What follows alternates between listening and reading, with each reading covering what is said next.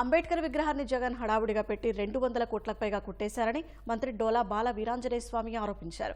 అంబేద్కర్ పేరు కన్నా జగన్ పేరు పెద్దగా పెట్టుకోవడంతో వైసీపీ అనుచరులే ఆయన పేరును తొలగించారన్నారు. ఫేక్ జగన్ ఫేక్ ప్రచారం చేస్తున్నారని మండిపడ్డారు. అసత్యపు పేపర్ను అడ్డుపెట్టుకుని రోజుకొక తప్పుడు ప్రచారం చేయడం సిగ్గుచేటని ఆగ్రహం వ్యక్తం చేశారు. డాక్టర్ బిఆర్ అంబేద్కర్ స్మృతి వనాన్ని 125వ శత జయంతి సందర్భంగా అమరావతి నడుబొడ్డున ఆనాటి ముఖ్యమంత్రి చంద్రబాబు నాయుడు గారు నిర్ణయం తీసుకుని ప్రారంభిస్తే జగన్మోహన్ రెడ్డి హడావుడిగా విజయవాడలో ఏర్పాటు చేయాలని చెప్పేసి ఆ రోజు 170 కోట్ల బడ్జెట్ ని 404 కోట్ల రూపాయలకి పెంచడం వాస్తవం కాదా?